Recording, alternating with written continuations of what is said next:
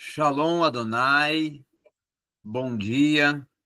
Estamos dando início, então, à nossa aula de hoje, uma aula toda voltada para a exegese, principalmente dentro do contexto judaico, para compreendermos um pouco como é que é desenvolvida e como foi desenvolvida nos primórdios também toda a construção exegética, hermenêutica, dos textos do Antigo Testamento e dentro da proposta até de uma exegese judaica que foi utilizada também até pela patrística, por Orígenes e outros pais da igreja. Vamos, então, primeiramente, compreender que a exegese judaica, tá, ela tinha algumas características e alguns pontos ressaltantes. Primeiramente, que o judeu, ele lia o Antigo Testamento, tá?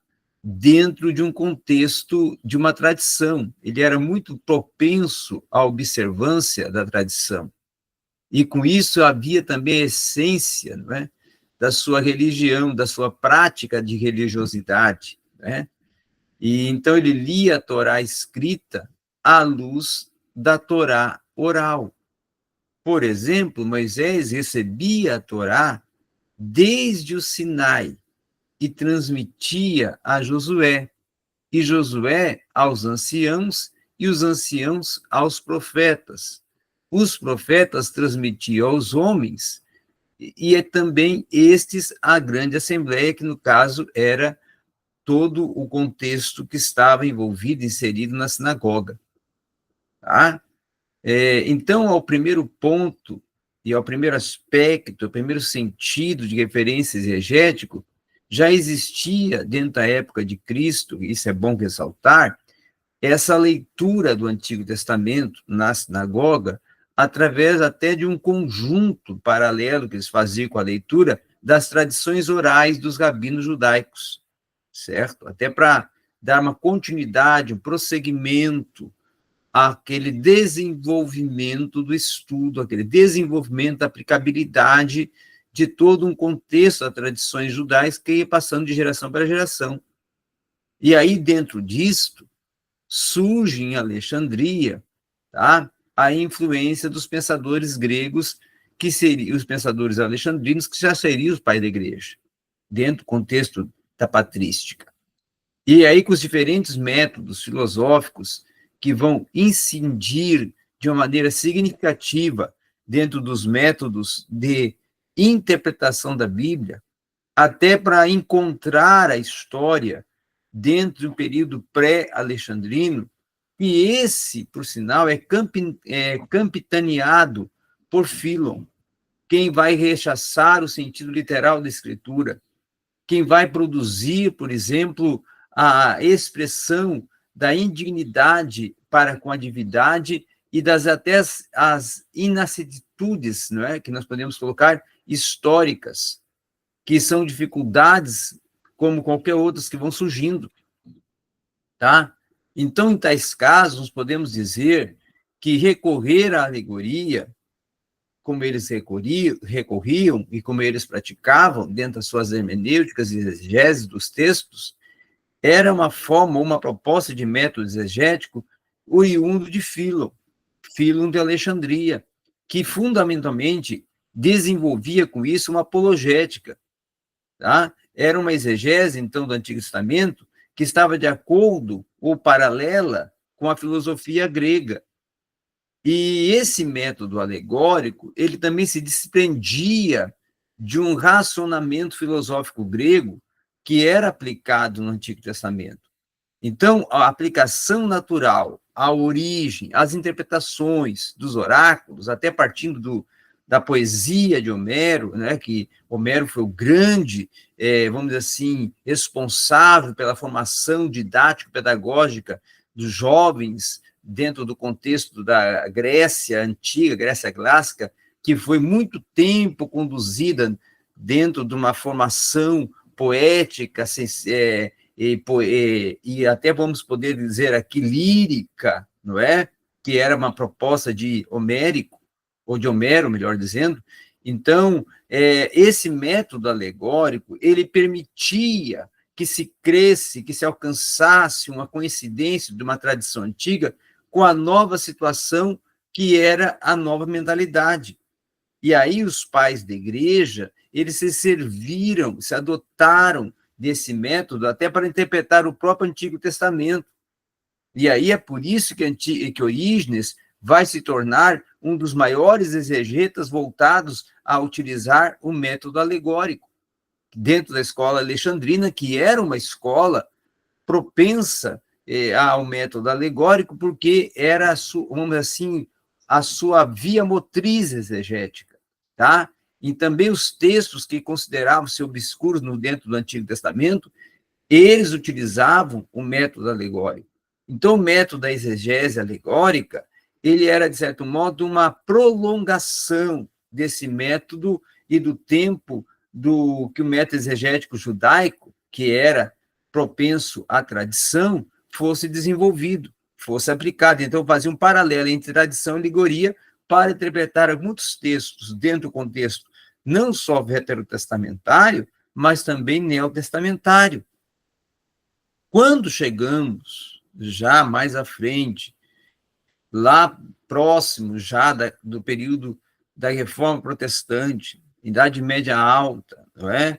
Já tendo ali grandes expoentes da exegese, como Zwinglio, como também, mais tarde, o Martinho Lutero, o Calvino, que vão estar já construindo a exegese, que nós podemos dizer que seria a exegese a partir de uma visão protestante, de uma proposta já da própria reforma protestante no aspecto exegético. Esse contexto exegético que surge já na reforma, ele também era um método alegórico.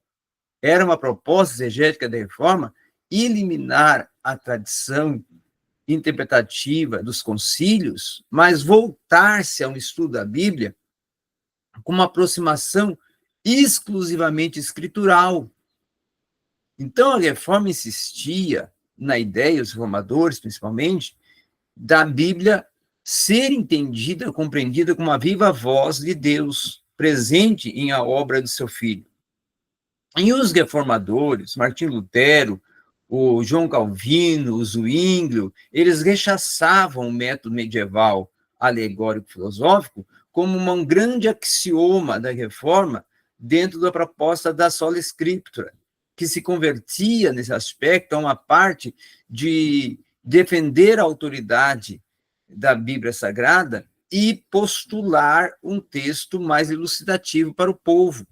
Então, Martim Lutero, ele desenvolvia uma interpretação da Bíblia que era voltada para as tradições filosóficas, com o domínio exercido pela autoridade da Igreja Romana, que conduzia a esse estudo, que conduzia a esse desenvolvimento. E aí também é nesse momento da reforma que o método histórico-gramatical começa a ser observado dentro do contexto da sola scriptura, tornando essa uma base principal da natureza divina-humana da própria Bíblia. E a mensagem, na sua originalidade, na sua inspiração divina, na sua integralidade textual, é valorizada a partir deste momento da Reforma Protestante. Então, as principais áreas de desenvolvimento do método começam a ser aplicadas a partir de uma paternidade literária, né, de uma vasta composição de antecedentes históricos que eram priorizados, estudo dos idiomas bíblicos, o relacionamento dessa época de composição com as análises dos significados dos termos principais, e, a partir disso, desenvolver uma origem de uma exegese que priorizava, valorizava muito mais ainda a extração e explicitação das verdades da Bíblia Sagrada, que muitas vezes eram alguns mistérios que estavam sendo, vamos dizer assim, descobertos através da exegese histórico-gramatical. Então, os métodos críticos, eles vão surgir e vão se tornar já utilizados a partir ou na posteriori à Reforma Protestante, depois da Reforma Protestante, lá no século XVIII já, é que vai nascer o método crítico, baseado já totalmente na razão, que é chamado o histórico crítico, o método histórico crítico, um período crítico, inclusive, da interpretação da Bíblia, que começa com a influência da época do Renascimento e do próprio racionalismo, a época do Iluminismo, né? Ali já no período da modernidade. Então, a suposição sobre que vai suportar esse método com os textos bíblicos e que vai ter uma interpretação voltada ao fenômeno sociológico externo, baseado na linguística, na antropologia e na sociologia contemporânea, vai seguir uma hipótese de propor em diferentes fontes, e anteriormente já até formadas e constituídas, uma composição completa, havendo assim de acentuar hipóteses e fontes para imaginar como se poderia fazer uma recompilação e uma intenção dos livros atuais da Bíblia tornarem-se uma combinação interessante para fontes prévias da história de Israel, para a interpretação e a escrita à luz dos acontecimentos vingentes, oferecendo-se uma explicação teológica das situações e também preparando intenções de justificar uma ideia nacionalista da eleição do povo de Israel a partir do que Deus estava propondo. E esse era uma matéria e um material de conteúdo das fontes que dependia exclusivamente das tradições orais, escritas até anteriormente. E a hipótese crítica, que era chegada a uma conclusão distinta de transmissões orais, elas não se corrompiam. Até porque surgia-se assim recompiladores, editores tardios que se culpavam de interpretar a história antiga à luz da situação contemporânea e adotar com isso as leis antigas e as novas necessidades. Então, vinha todo um acerceamento através da razão, do próprio texto bíblico, de pressupostos principais que estavam sendo revitalizados, não é? Como, por exemplo, o escepticismo generalizado, a veracidade das narrações bíblicas, que pressupunham todo um contexto da religião do Antigo Testamento, e dentro de um conjunto das religiões do próprio contexto universal, e a religião de Deus, do Deus verdadeiro, como se tivesse dentro da própria proposta do próprio texto. Então, com isso, se pressupunha uma ideia de distintos documentos que a base da redação final do Antigo Testamento era o produto, era o meio ambiente, eram as circunstâncias, condições históricas, a comunidade que vinha se originando.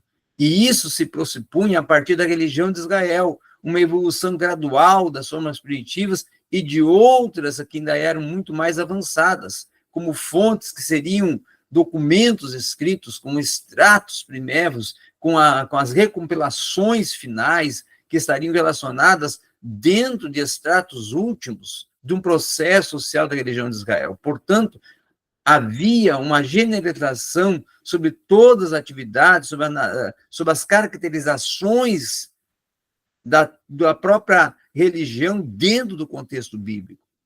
Então, se nós olharmos nesse aspecto, é que nós vamos ver essa ascendência e esse transcurso dos métodos, e vamos ver que o método histórico-gramatical, ele surge e ele se torna revitalizante a partir já da Reforma Protestante, utilizado pelos reformadores como uma transição do método alegórico para um método que priorizava mais a história e a própria, vamos dizer assim, extração semântica, a própria implicação dos termos centrais e de todo um contexto semântico da construção linguística, tanto do hebraico no Antigo Testamento, como também do grego no Novo Testamento, para poder trazer a realidade do texto, do contexto proposto pelo autor, para assim poder extrair a verdadeira aplicação bíblica para o povo, dentro do seu contexto geral, tanto gramático como histórico também.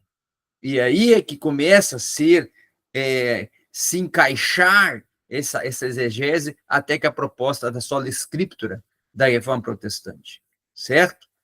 Então, essa é uma questão muito valorizada, muito importante, muito significativa a ser observada nessa construção dos métodos, tanto hermenêuticos que também como exegéticos, para a explicitação do texto sagrado. Ok? Obrigado, então. Essa era a nossa parcela de contribuição, a nossa breve aula nesse dia de hoje. Até mais.